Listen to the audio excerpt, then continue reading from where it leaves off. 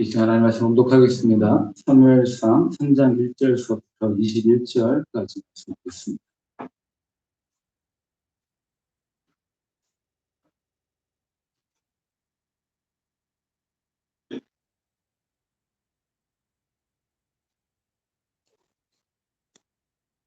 사무엘상 3장 1절서부터 21절까지입니다. 제가 한 절 읽으면 우리 성도님들 한 절씩 계속 교독하겠습니다. 이 사무엘이 엘리 앞에서 여호와를 섬길 때에는 여호와의 말씀이 희귀하여 이상이 흔히 보이지 않았더라. 엘리는 점점 어두워서 잘 보지 못한 그때에 하나님의 등불은 아직 꺼지지 아니하였으며 사무엘은 하나님의 그에 있는 여호와의 전 안에 누웠더니 여호와께서 사무엘을 부르시더라. 내가 여기 있나이까. 엘리에게로 달려가서 이르되 당신이 나를 부르셨기로 내가 여기 있나이다니 그가 이르되 나는 부르지 아니하였으니 다시 누우라 하는지라. 그가 가서 누웠더니 여호와께서 다시 사무엘을 부르시더라. 사무엘이 일어나 엘리에게로 가서 당신이 나를 부르셨기로 내가 여기 있나이다. 그가 대답하되 내가 너를 부르지 아니하였으니 다시 누우라. 사무엘이 아직 여호와를 알지 못하고 여호와의 말씀도 아직 그에게 나타나지 아니한 때라. 여호와께서 세 번째 사무엘을 부르시니라. 그가 일어나 엘리에게로 가서 당신이 나를 부르셨기로 내가 여기 있나이다. 엘리가 사무엘에게 이르되 가서 누웠다가 그가 너를 부르시거든 내가 말하기를 여호와여 말씀하옵소서. 주의 종이 듣겠나이다 하니 이에 사무엘이 가서 자기 처소에 누우니라. 여호와께서 임하여서 그가 같이 사무엘이 이르되 말씀하옵소서. 주의 종이 듣겠나이다. 여호와께서 사무엘에게 이르시되 보라 내가 이스라엘 중에 한 일을 행하리니 그것을 듣는 자마다 두 귀가 울리리라. 내가 엘리의 집에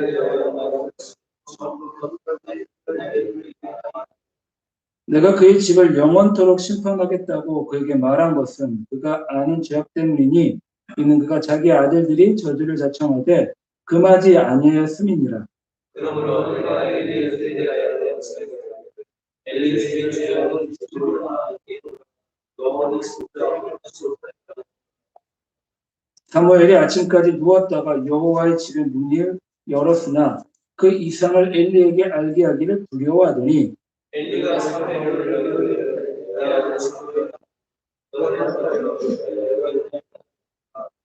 이르되 내가 무엇을 말씀하셨느냐 청하노니 내게 숨기지 말라. 내게 말씀하신 모든 것을 하나라도 숨기면 하나님이 내게 벌을 내리시고 또 내리시기를 원하노라 하는지라.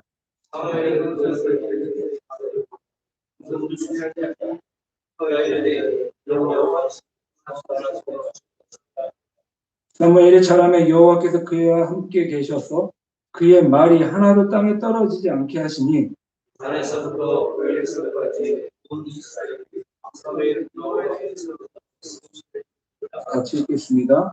여호와께서 실로에게서 다시 나타나시되 여호와께서 실로에서 여호와의 말씀으로 사무엘에게 자기를 나타내시니라. 아멘. 아멘. 잠시 교회에 소식 말씀드리겠습니다. 9월 26일 네 번째 주일 예배를 대면 예배와 온라인 예배로 드립니다. 참 많이 어렵죠. 추석 이후에 많은 코로나 확진자가 또 발생되었습니다. 어려운 상황이지만 우리가 다른 무엇보다도 세상의 생각이나 세상의 마음이 아닌 주님의 마음으로 잘 인내하는 그런 교회, 그런 성도님들이 되셨으면 합니다. 혹시라도 교회 오시지 못하시면 꼭 반드시 인터넷으로라도 예배를 드시기를 바랍니다. 신약 역사순으로 성경 읽기 누가복음과 요한복음입니다.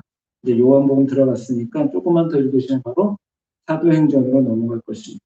꼭 성경 신약 많이 읽으시기를 바랍니다. 지난주에 두 분 권사님들과 박영재 권사님, 이경수 권사님 잠시 통화를 했습니다. 그리고 박영재 권사님 그 요양병원에 잠시 다녀왔는데요. 감사한 것은 박영재 권사님 목소리가 전보다도 훨씬 더 좋아지셨고 많이 건강해지셨습니다. 이경수 권사님도 통화했는데 이경수 권사님도 허리가 안 좋으셔가지고 움직이는 게 너무 어렵다라고 말씀하셨습니다. 그럼에도 너무 감사한 것은 두 분 권사님이 다른 무엇보다도 교회를 걱정하시고 이 자리에 앉아 계신 성도님들을 그 누구보다도 더 많이 걱정해 주셨습니다. 두 분 권사님들이 속히 쾌차하셔서 다른 무엇보다도 교회 같이 나오셔서 예전과 같이 예배드리고 찬양하며 기도하는 일에 힘쓰시는 권사님들이 되실 수 있도록 반드시 꼭 기도해 주시기를 바랍니다.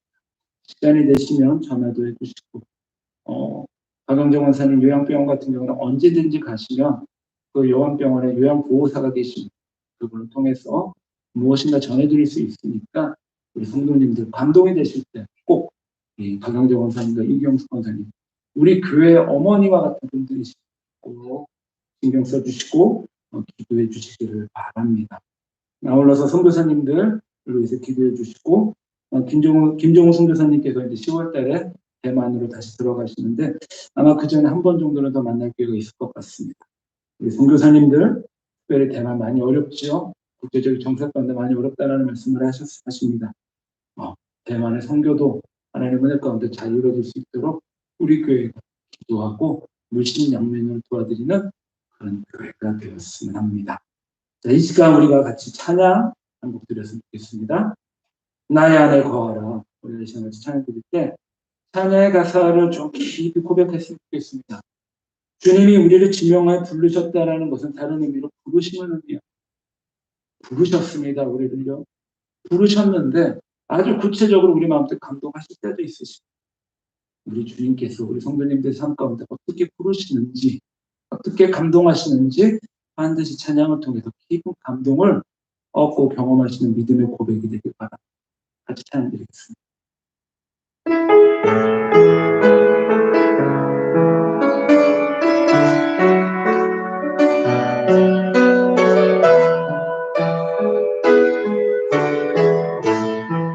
나의 안에 거하라. 나의 안에 거하라. 나는 내 하나님 모든 환난 가운데 너를 지키는 자라. 두려워하지 말라.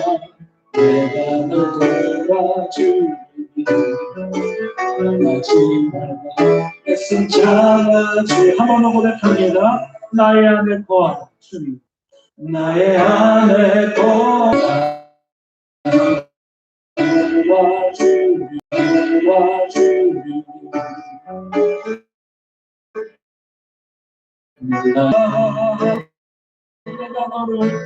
내가 너를 지명하여 내 것이라 너의 하나님이라. 내가 너를 보내고 너를 오라. 너를 사랑하는 내 영혼아. 내가 너를 지명하여 내가 너를 지명하여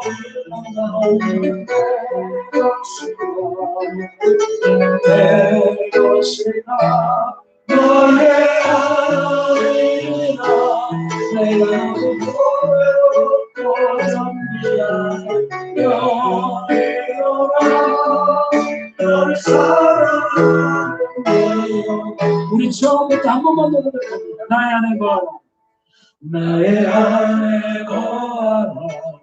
나는 내 하나님 모두 환난 가운데 너를 지키는 자라. 두려워하지 말라. 내가 너 도와주리니. 놀라지 말라. 내 손 잡아주리라. 내가 너를 지명하여 내가 너를 지명하여 만나는 내 것이라. 내 것이라. 너의 하나님이라. 내가 너를 보배롭고 존귀하여 여기노라. 너를 사랑하는 내 영혼. 우리 한번 고백합니다. 내 영혼 내가 너를 지명하여 만나는 내 것이라. 것이다. 너의 하나님이라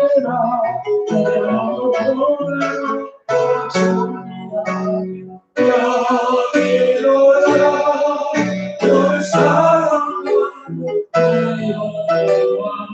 널 사랑하는 내 여호와 너를 사랑하는 내 여호와 너를 사랑하는 너를 사랑하는 내 여호와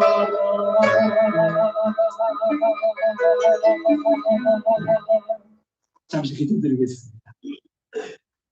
다른 나라가 풍성하신 우리 하나님 아버지 감사드립니다. 우리 주님 우리를 지명하여 불러주셨습니다. 그래서 우리를 보배롭고 존귀하게 여겨주셨습니다. 이제는 주님의 그 부르심에 우리가 잘 응답하기를 원합니다.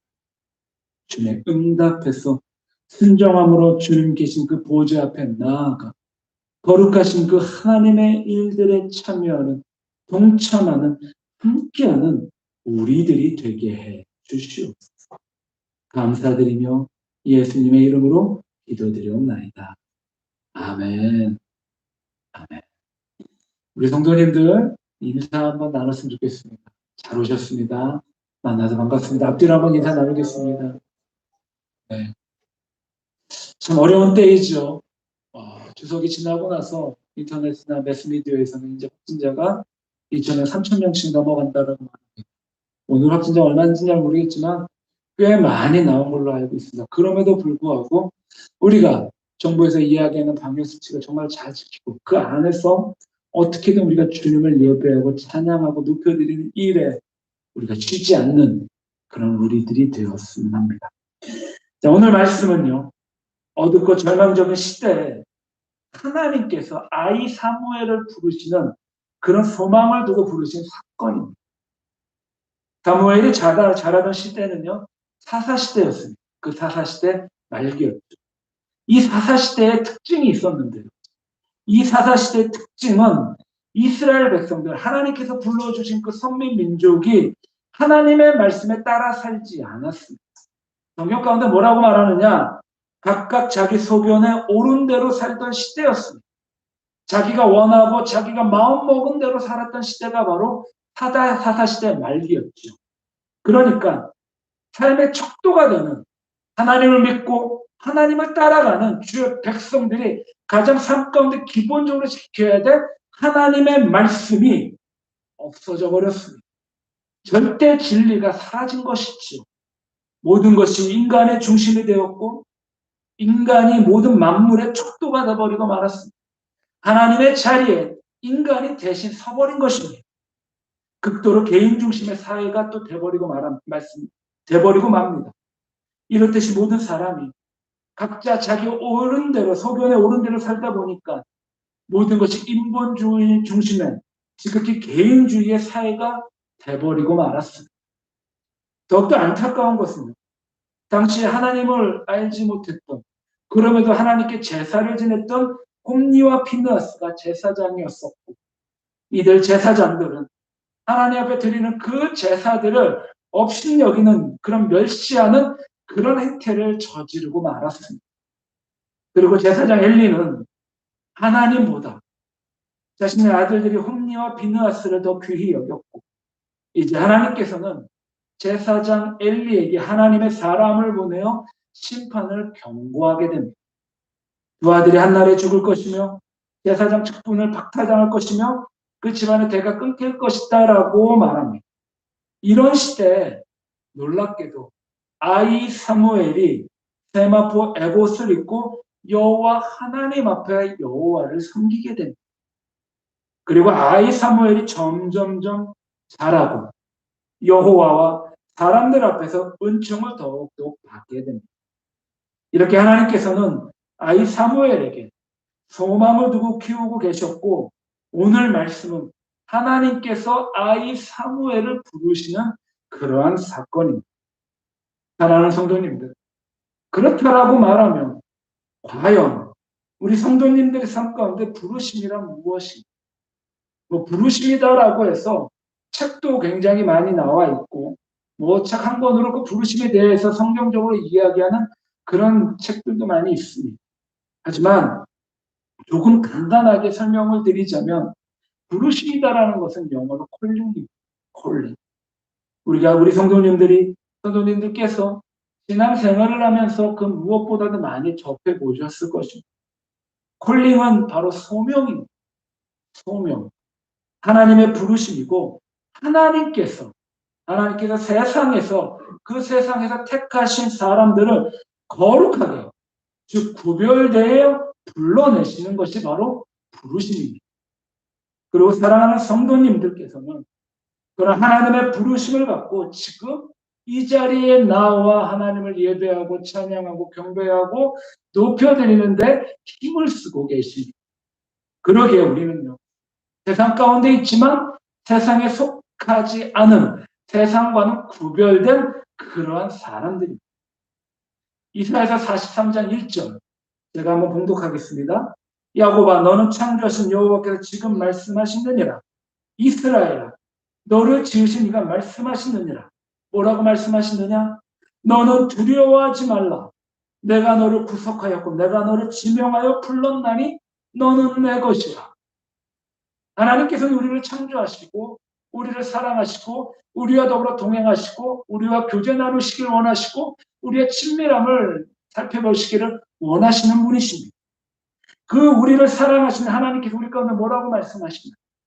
내가 너를 구원하였고 내가 너를 지명하여 불렀나니 너는 내 것이다라고 하나님께서 직접 이사야 선지자를 통하여 우리 가운데 말씀하고 계십니다. 방금 전 우리가 뭐라고 찬양을 드렸나요? 아주 열심히 나의 안에 거하라는 찬양을 주님 앞에 고백했습니다. 주님이 우리를 뭐라고 고백하셨나요? 뭐라고 말씀하셨나요? 나를 보배롭고 우리를 존귀하게 여긴다라고 말씀하십니다. 분명 우리는 하나님께 속한 하나님의 자녀로서 하나님의 음성을 듣고 하나님 앞에 나오는 그런 거룩한 우리들입니다. 우리가 너무나 잘 알고 믿음의 선진들도 믿음의 선배들도 그렇게 하나님의 부르심에 주님 앞에 나오는 놀라운 장면들이 성경 가운데 너무나 많이 나옵니다. 우리가 너무나 잘 알고 있는 하나님께서는 노아를 부르시고 하나님의 계획을 말씀하시고 이제 노아가 어떤 일들을 행해야 될지에 대해서 명확하게 말씀해 주십니다. 그리고 하나님의 그 놀라운 부르심 앞에 노아는 순종합니다. 하나님의 뜻대로 방주를 만들어 온 가족이 구원함을 얻습니다. 노아가 이렇게 하나님 앞에 순종할 수 있는 이유는 다른 무엇보다도 노아의 삶이 하나님과 더불어 동행했던 삶이었기 때문에 세상 가운데 미친 사람의 소리를 듣는다 할지라도 하나님의 말씀에 순종해 방주를 만들고 그 온 가족이 구원함을 얻게 됩니다. 뿐만이 아닙니다. 하나님께서는 창세기 12장 1절에 본토 친척 아벨 집을 떠나 하나님께서는 아브라함을 불러주십니다. 부르심에 순종한 아브라함에게는 어떤 일들이 벌어집니다. 커다란 복을 주님께서 허락해 주십니다.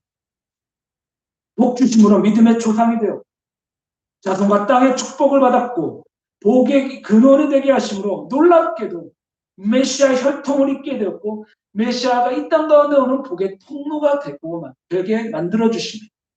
또한 하나님께서 모세를 부르셔서 이스라엘을 애굽에서 인도하는 커다란 사명 가운데 감당케 해주셨고 신약에서는 그 누구보다도 율법에 열심이었던 사울을 불러주셔서 이방인의 사도로 전 세계의 복음을 전하도록 만들어 주셨습니다.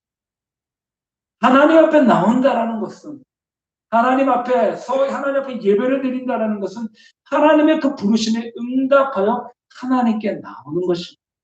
성경의 모든 인물들은 성경 가운데 복받은 모든 인물들은 하나님 앞에 다 나온 하나님의 부르심에 응답했던 그런 분들입니다. 사랑하는 성도님들, 이제 오늘 하나님께서 우리를 그리고 좀 더 구체적으로는 나를 더욱더 하나님께서 가까운 지근거리로 부르고 계십니다. 하나님을 묵상하고 기도하고 뿐만 아니라 예배드리고 찬양할 때 때로는 꿈과 환상을 통해서 내 삶의 모든 환경을 통해서 사람들과의 관계를 통해서 하나님께서는 나를 향한 그리고 우리를 향한 부르심을 더욱더 불러주시고 우리를 이끌어주시고 그리고 그것을 통해서 묵상하시고 소망을 품고 밝히 알기를 바랍니다. 하나님께서는 과연 나를, 우리를 어떻게 부르시는지를 우리가 더 많이 더 깊이 알기를 원합니다.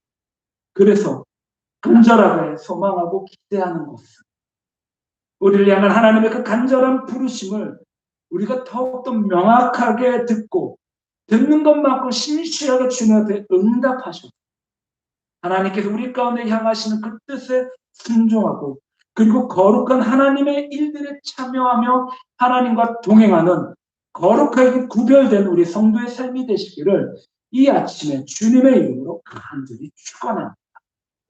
우리가 그렇게 주님 앞에 그 부르심에 응답하기를 원합니다. 첫 번째는 하나님께서 우리를 불러주십니다. 오늘 말씀 가운데 하나님께서는 아이 사무엘을 불러주시죠. 1절에 아이 사무엘이 엘리 앞에서 여호와를 섬길 때 여호와의 말씀이 희귀하여 이상이 흔히 보이지 않았다. 아이 사무엘이 이제 대제사장 엘리의 보호를 받으면서 엘리의 수종자로서 하나님을 섬기고 있습니다. 자, 여기서 사용되는 아이라는 단어는요, 유아부터 청년기까지 소년을 가리키는 그런 단어입니다. 그러니까 유대 역사에서 아이를 지칭할 때 그 아이의 그 나이대가 대략 그러니까 유아부터 한 12살 정도까지 되는 그런 나이를 의미합니다. 그리고 유대 사회에서는요, 12살부터 성전에 출입할 수 있는 그런 자격이 생깁니다. 그러니까 사무엘은 아이 때부터 여호와의 성전에서 하나님을 예배하고 하나님을 섬깁니다. 누가복음 2장 42절에도 예수님께서도 12살 때 그 부모와 함께 성전에 올라가셨고 랍비들과 토론을 하셨습니다. 그리고 이제 아이 사무엘은 성전에서 봉사하고 있었습니다. 이때부터 사무엘은 본격적으로 하나님 앞에 제사를 드리는 직무에 참여하기 시작했습니다. 그런데 그 시대에 가장 큰 특징이 있었습니다.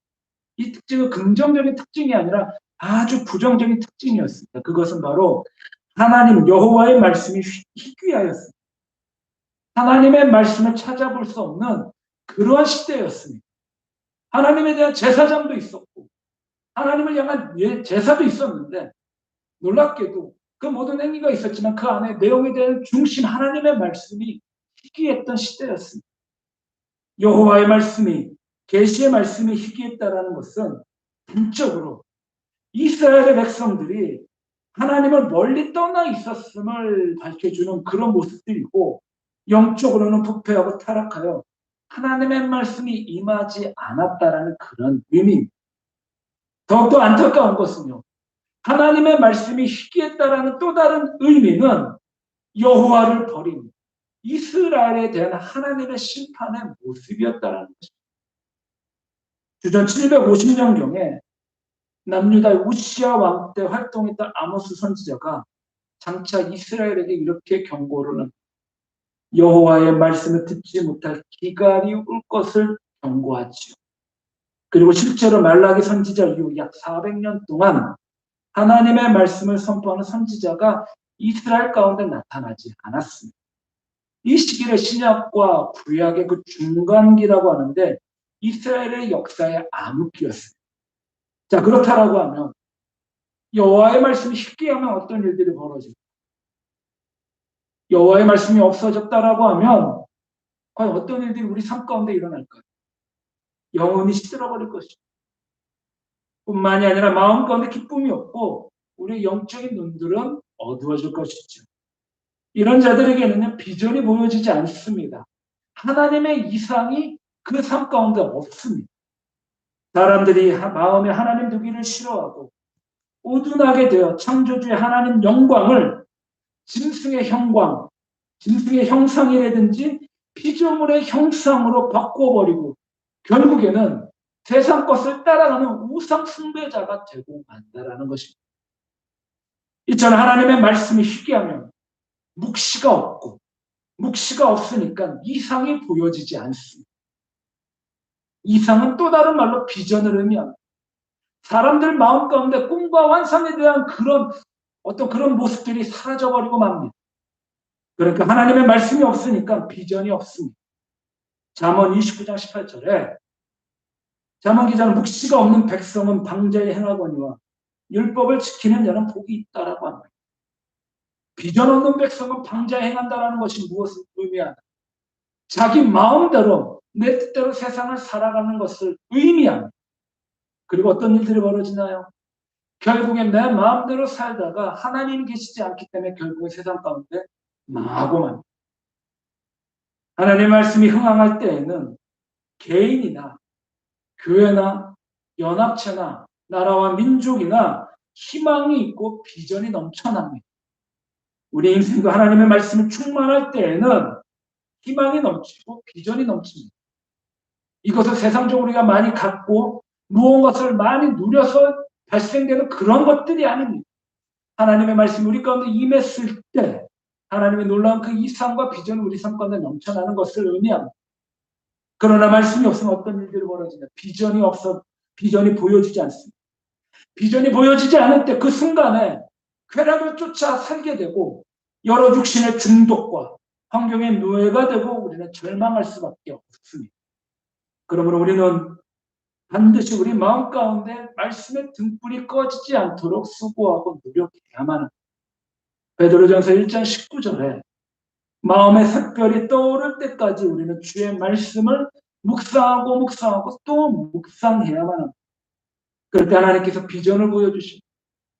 하나님께서 비전을 보여주실 때 이제 어떤 일들이 벌어지느냐? 사도행전 19장 20절에 말씀이 흥황할 때 교회가 생명력이 넘치고 놀랍게도 부흥하게 됩니다. 우리나라 경제 부흥도 하나님의 말씀이 흥황하게 일어난 교회 부흥의 역사와 무관하지 않습니다. 지난 20세기 100년 동안 한국의 기독교는 기적과 같은 그런 일들로 성장했습니다. 그래서 교회 역사학자들은 이를 20세기의 기적이다라고 부릅니다. 한국이 대한민국이 6.25로 폐허가 되었었지만 60년 만에 선진국 대열에 오르게 되었고 원조를 받는 나라에서 원조를 하는 나라로 탈바꿈하게 됩니다. 이는 다른 무엇보다도 교회가 부흥하였고 하나님의 말씀이 흥황하였기 때문에 하나님께서 이 나라 인민족 가운데 놀라운 복을 부어주신 그런 결과라는 것입니다.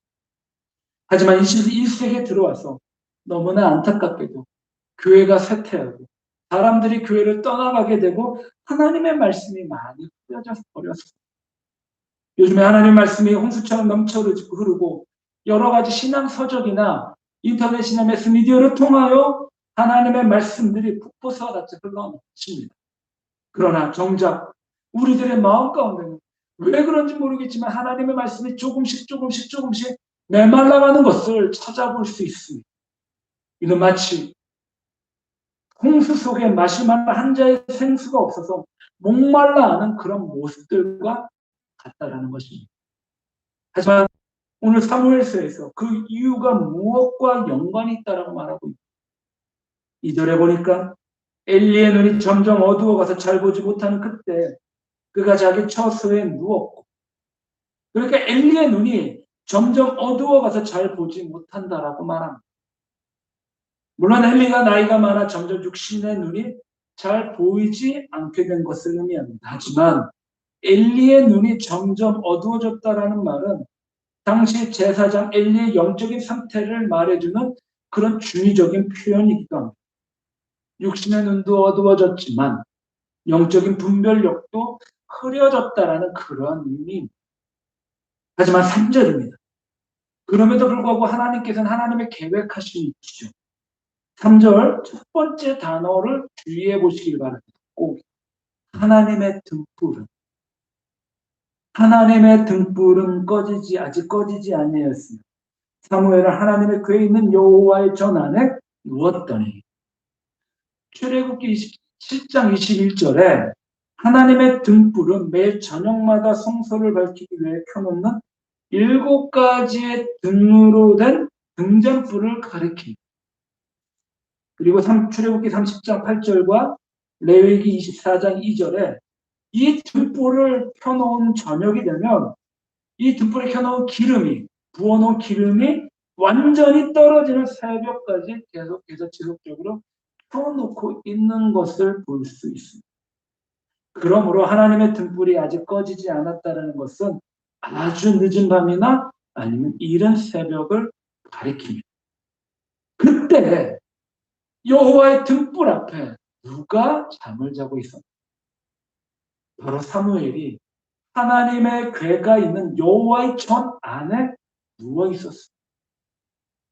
하나님의 궤는요, 십계명 돌판과 아론이 쌍난 지팡이 그리고 만나가 담겨 있는 언약궤를 가리킵니다.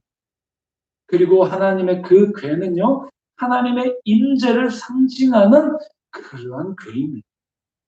여기에서 하나님의 등불이 꺼지지 않았다라는 말은요, 이스라엘을 밝히는 하나님의 희망의 등불, 이 등불이 아직 꺼지지 않았다라는 사실을 중의적으로 또한 표현한 것으로 볼 수 있습니다. 왜냐하면 이 사무엘이 하나님의 임재의 상징인 여호와의 궤가 있는 여호와의 전에서 무럭무럭 자라나고 있었기 때문입니다. 사무엘은요, 하나님과 그리고 이스라엘 앞에 여호와의 등불과 같은 그런 존재들이었습니다. 제가 이 구절을 묵상하며 정말로 많은 감동을 하나님의 등불, 이 하나님의 등불이 다른 무엇보다도 멀리 안 가고요, 우리 교회를 섬기는 성도님들과 우리 교회에서 자라는 다음 세대 아이들이 이런 하나님의 등불이 되기를 바라는 간절한 마음이 들었습니다. 이 구절 하나만 가지고 꽤 많은 시간을 제가 묵상한 걸로 기억합니다.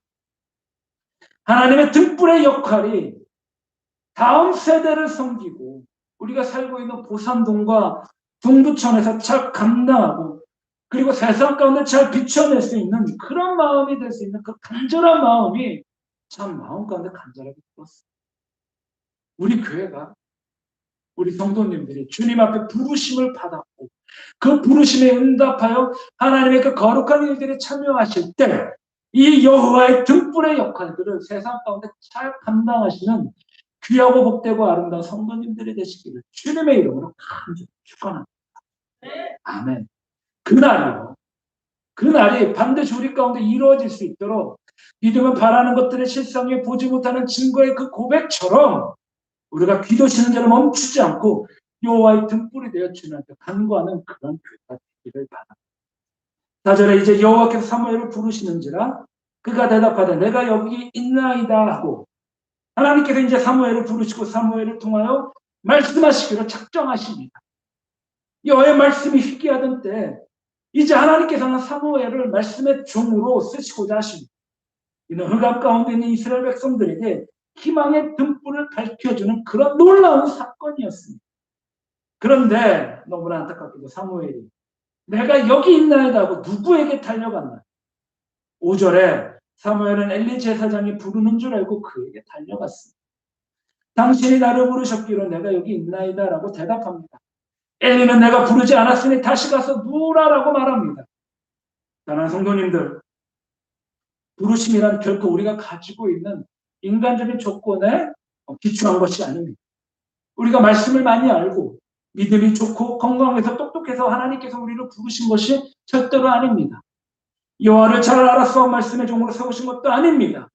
하나님께서 우리를 부르시는 것은 하나님의 그 놀라운 일방적인 은혜와 우리를 향한 그 소망에 근거하여 우리를 부르셨습니다. 그러기에 부르심 또한 하나님께서 우리 가운데 주시는 값없는 은혜이고 선물이고 은총인 것입니다. 하나님 말씀이 쉽게한 이 시대를 구원하고자 하나님 또한 동일하게 우리를 이 땅 가운데 불러주시고 이곳에 앉아 우리는 하나님을 예배하며 하나님을 향한 감동과 감격을 경험하고 있습니다.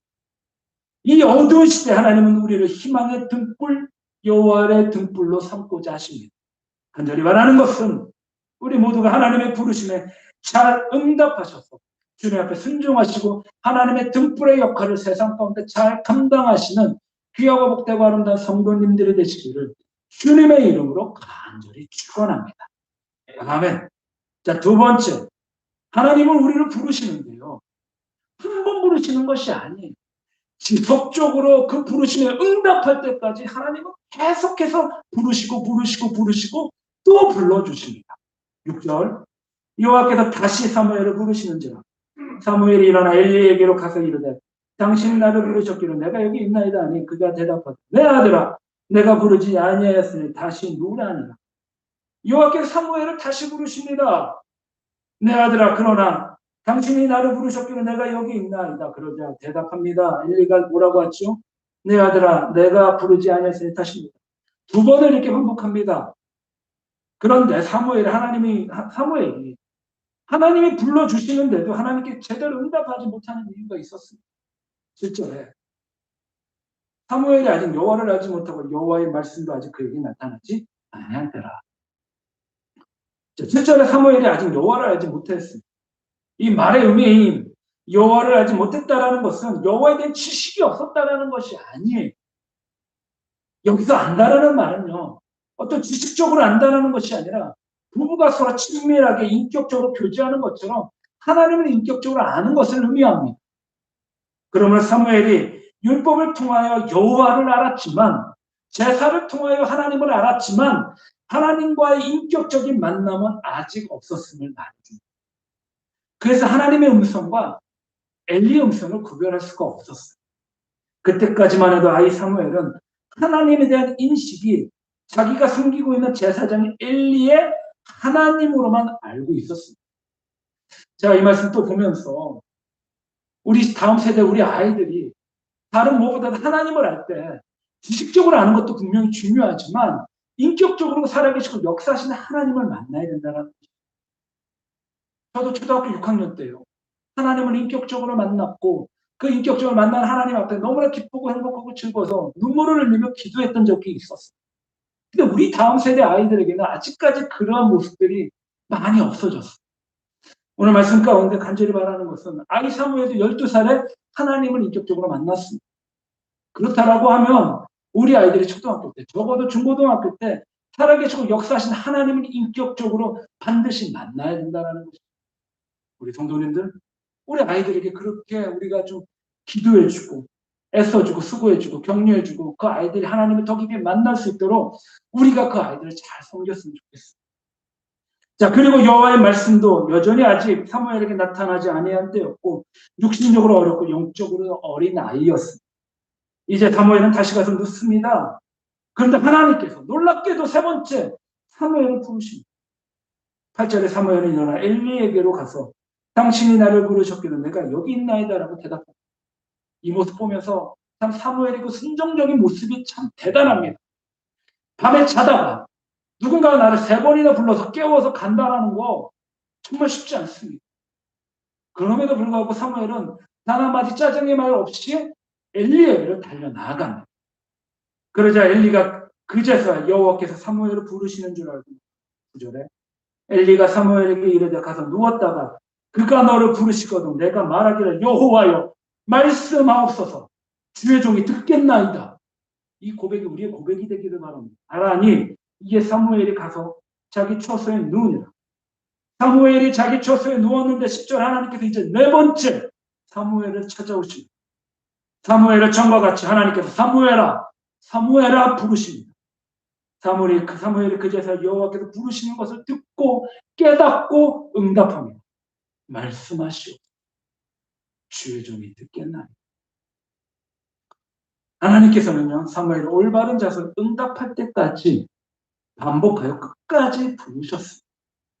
이전 하나님의 부르심에는요 후회가 없고 하나님께서 한번 택하신 사람은요 아주 끈질기게 끝까지 부르십니다.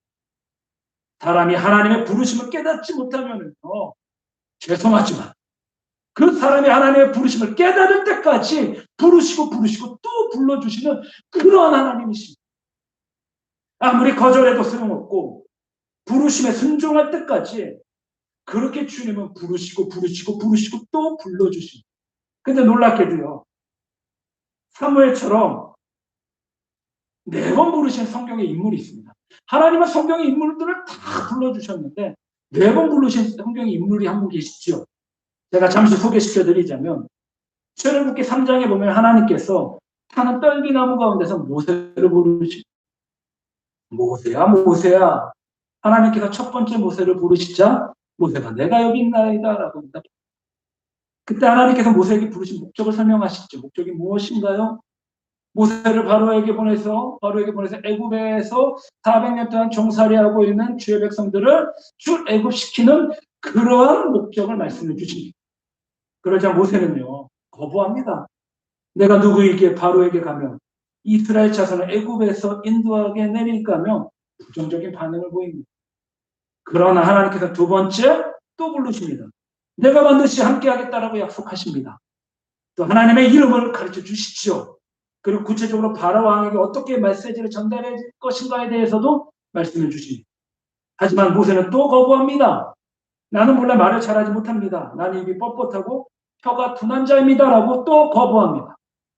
그러자 하나님께서는 세 번째 또 부르십니다. 누가 사람의 입을 지었느냐? 누가 말 못하는 자나 못 듣는 자나 눈 밝은 자나 맹인이 되는 자를 지었느냐? 나 여호와가 아니냐 하시며 그 불신을 책망하십니다. 그래도 모세가요. 출애굽기 4장 13절 참 모세도 고집쟁이입니다. 오 주여 보낼 만한 자를 보내소서라고 거절합니다. 이 모습들을 보면서 마치 저의 모습과 동일하구나라는 생각들도 해봤습니다. 그러자 하나님께서는 노를 바라시면서 네 번째 부르시며 말을 잘하는 형 아론을 대변인으로 불러주십니다. 모세가 하나님의 부르심에 순종할 때까지 하나님은 불러주십니다. 그리고 모세와 함께 하시며 출애굽의 그 중차대한 사명을 완수하도록 하나님께서 와주십니다. 이처럼요. 하나님의 부르시면은 그 누구도 이 땅 가운데 그 누구도 거절할 수가 없습니다. 어떤 이유로도 거절할 수가 없습니다. 그래서 칼빈은요. 뭐라고 말하느냐. 하나님의 부르심은 불가항력적인 은혜다라고 말합니다. 하나님이 우리를 불러주시는 건요. 그 불러주신 대상 사람에게는 절대로 포기할 수 없는 그 부르심을 어떻게 따라가지 않을 수 없도록 하나님께서 우리를 만들어 주십니다. 그러므로 하나님의 부르심에 되도록 빨리 순종하는 것이 참 좋습니다.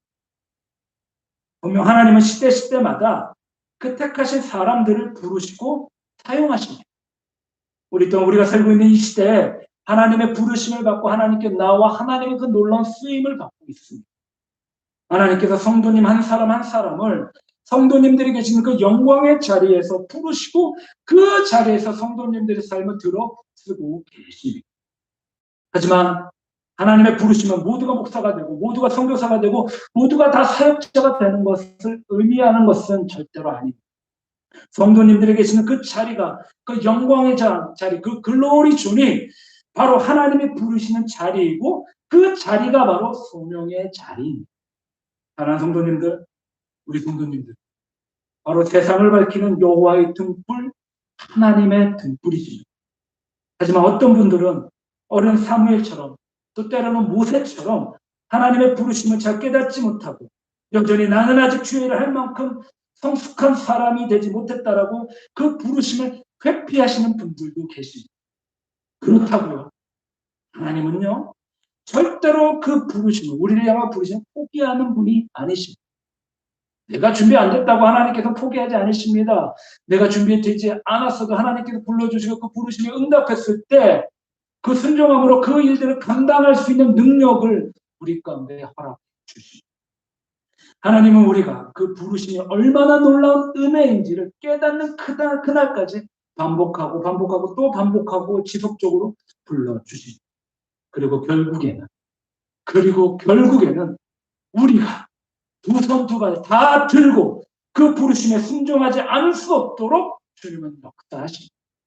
그러므로 되도록 온전히 빨리 우리가 주님에게 더욱더 가까이 나아갈 수 있도록 순종하셔서 그 여호와의 등불, 하나님의 등불의 역할들을 이 땅 가운데 잘 감당하시는 지혜로운 성도님들이 되시기를 주님의 이름으로 축원합니다. 아멘. 마지막입니다. 하나님은 우리를 지속적으로 부르십니다. 왜 부르시나요? 왜 우리를 부르십니까? 다름이 아니라 하나님의 그 거룩한 사역에 동참하시기 위해 우리를 불러주십니다. 하나님은요, 우리를 불러주셔서 우리를 통하여 하나님의 그 거룩한 일들에 참여하실 수 있도록 우리를 불러주십니다. 하나님께서는 이제 사무엘에게 엘리에게 임한 하나님의 저주와 심판을 전하는 사명을 주십니다.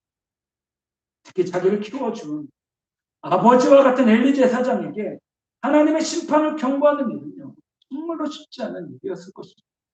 성도님들 한번 생각해 보시길 바랍니다. 자기를 4살부터 키워준 아버지와 같은 제사장입니다. 그런데 그 제사장 아버지 같은 분에게 하나님의 저주의 말씀을 선포한다라는 것은요, 12살 나이 가운데는 정말로 쉽지 않은 그런 일들이었습니다. 하지만 11절과 12절에 하나님의 사람이 엘리에게 선포한 모든 내용을 그날 다 이룬다라고 말씀하십니다. 그 내용이 무엇입니까? 그 내용은요, 그 집안에 노인이 하나도 없게 되고 집안에 태어난 모든 딸들이 다 죽고 그 집에 대가 끊어지고 소중한 아들이 같은 날에 죽습니다. 2명이 같은 날에 죽습니다. 엘리에게 주어진 제사장의 특권을 빼앗기고 자기의 충실한 제사장에게 줄 것이고 엘리 후손들은 거지와 같이 구걸하게 된다라고 합니다. 그런데 너무나 안타까운 것은 이 무시무시한 내용을 아버지와 같은 엘리 제사장에게 말하는 것은 사무엘에게는 너무나 두려운 일이었어요. 근데 놀랍게도 먼저 엘리가 사무엘을 불러다가 하나님께서 무슨 말씀을 하셨느냐라고 물어봅니다. 그리고 하나라도 숨기지 말고 다 말하지 않으면 하나님께서 벌을 내리시겠다라고 유혹을 합니다. 그리고 사무엘은 그에게 자세히 말하고 조금도 숨기지 않습니다. 그러자 엘리가 모든 것을 체념하며 여호와이시니 선하신 대로 하실 것이다라고 말합니다. 자, 이 장면을 보면서 너무나 안타까운 것은 하나님의 그 무서운 심판을 받고도 옷을 찢고 성례하고 죄를 뒤집어 쓰고 회개하지 않았다라는 것입니다. 그 일이 바로 지금 당장 일어난 것도 아닙니다. 예언의 말씀이에요. 하나님의 심판이 내려질 때까지는 약 10년에서 15년 정도의 유예 기간이 있었습니다. 얼마든지 주님 앞에 회개할 수 있었지만, 기회가 있었지만 너무나 안타깝게도 엘리는 회개하지 않았습니다. 반면에 사무엘은 어땠나요? 19절부터 21절에 보니까 사무엘이 자라매 여호와께서 그와 함께 계셨습니다. 그의 말이 하나도 땅에 떨어지지 않게 하셨고 사무엘이 예언한 모든 말씀을 하나님께서 다 이루어내셨습니다. 그리고 사무엘이 전한 말씀에 대한 백성들의 신뢰가 더욱더 깊어졌습니다. 이렇게 하나님이 시대마다 필요한 사람을 택하여 세우십니다. 예수님께서도 원하는 자들을 불러내셨고 사도로 삼으시고 제자들로 삼아 그들을 키우셨고 전도도 하시고 그들에게 귀신도 내어쫓는 그런 권세도 허락해 주셨습니다. 그리고 그들을 통하여 온 천하를 다니며 만민에게 복음을 전하도록 하셨습니다. 뿐만이 아닙니다. 그냥 그렇게 내버려 두신 것이 아니라 보혜사 성령님을 통하여 사도들이 그 능력을 잘 감당할 수 있도록 돕게 해 주셨습니다. 그러므로 우리가 주님의 부르심에 순종하고 그 부르심에 응답했을 때 나는 할 수 없습니다. 나는 능력이 없습니다. 라고 주님 앞에 고백하며 대답할 수 있지만 그럼에도 불구하고 그 부르심에 반응하고 응답했을 때 하나님께서는 그 모든 필요를 빠짐없이 성령님을 통하여 우리 가운데 채워 주신다라는 것입니다. 그 일을 감당할 능력도 주시고 그 일을 감당할 만큼의 지혜도 허락해 주십니다. 사랑하는 성도님들, 주님은 우리를 부르십니다. 오늘 아침에 우리를 불러주셨기 때문에 우리는 놀랍게도 주님 앞에 나와 예배를 드릴 수 있는 영광에 우리가 참여할 수 있었습니다. 먼저는 다른 무엇보다도 우리가 말씀 앞에서 내가 가지고 있는 생각과 내가 가지고 있는 마음과 내가 가지고 있는 세상적인 경험을 주님 앞에 다 내려놓기를 바랍니다. 그리고 그 비워진 마음과 생각과 경험 가운데 하나님의 부르심에 순종했을 때 하나님께서는 그 일들을 가능케 하는 모든 일들을 다 공급해 주십니다. 일하는 자에게 연장을 공급해 주지 않는 주인은 없습니다. 사람도 그러한데 하나님께서 사람을 부르신 후에 그 일을 할 수 있는 능력과 지혜를 우리 가운데 반드시 공급해 주십니다. 그러므로 하나님께서 우리를 불러주시고 하나님께서 우리를 부르시는 그 자리에 쓰임을 받았을 때 어떤 모양으로 주님께서 우리를 쓰고자 하시든지 그 부르심에 즉각적으로 순종하셔서 주님 말씀하시옵소서.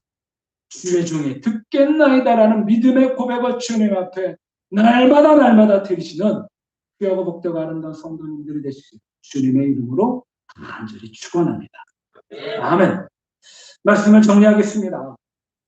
우리는 성경 여러 곳에서 하나님께서 사람을 부르시는 장면들을 볼 수 있습니다. 많은 믿음의 선진들이 하나님 부르시면 응답하죠. 그런데 그 장면에서 공통적으로 볼 수 있는 요소들이 있어요. 그것은 다름이 아니라 불 또는 빛이라는 것이죠. 그러기에 하나님의 부르심이다라는 것은 또 다른 의미로 어둠 가운데 있는 우리에게 하나님께서 빛으로 임하시는 것이죠. 오늘 말씀에 여호와의 등불이 등장합니다. 얼마나 소중하고 얼마나 중요한 모습입니다. 얼마나 중요한 장면인가요? 상상만 해보십시오. 그 어두운 성전 가운데 여호와의 등불이 밝게 켜져 있고 그 여호와의 법궤 앞에 아이 사무엘이 자고 있는 모습. 그 모습이 바로 우리의 모습입니다. 이 등불이 둘러싸고 있는 깊은 어둠들이 있습니다. 여호와의 말씀이 희귀하고 이상이 잘 보여지지 않습니다. 이스라엘 영적 지도자인 제사장 엘리의 눈이 어두워서 앞이 잘 보지 못합니다. 시간조차 모두 잠자리에 눈 어두컴컴한 깊은 밤입니다. 그 어두운 밤을 외롭게 밝히고 있는 여호와의 등불이 있었고 그 여호와의 등불, 여호와의 궤 앞에 그 불을 지키며 누워있는 아이 사무엘이 있었습니다.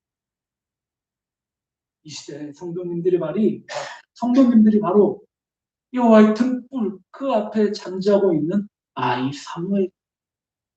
하나님께서 우리를 아시고 우리의 이름을 부르신다라는 것은 정말로 한편으로는 부담스럽고 또 한편으로는 이것을 내가 잘 감당할 수 있을까라는 생각도 있지만 그것보다도 오히려 더 말로 표현할 수 없는 크고 놀라운 복입니다. 마치 어린아이처럼 주님 앞에 머물며 순전한 마음으로 주님의 말씀이 임하기까지 기다리는 영혼에게 이제 하나님의 세밀한 음성이 임할 것입니다.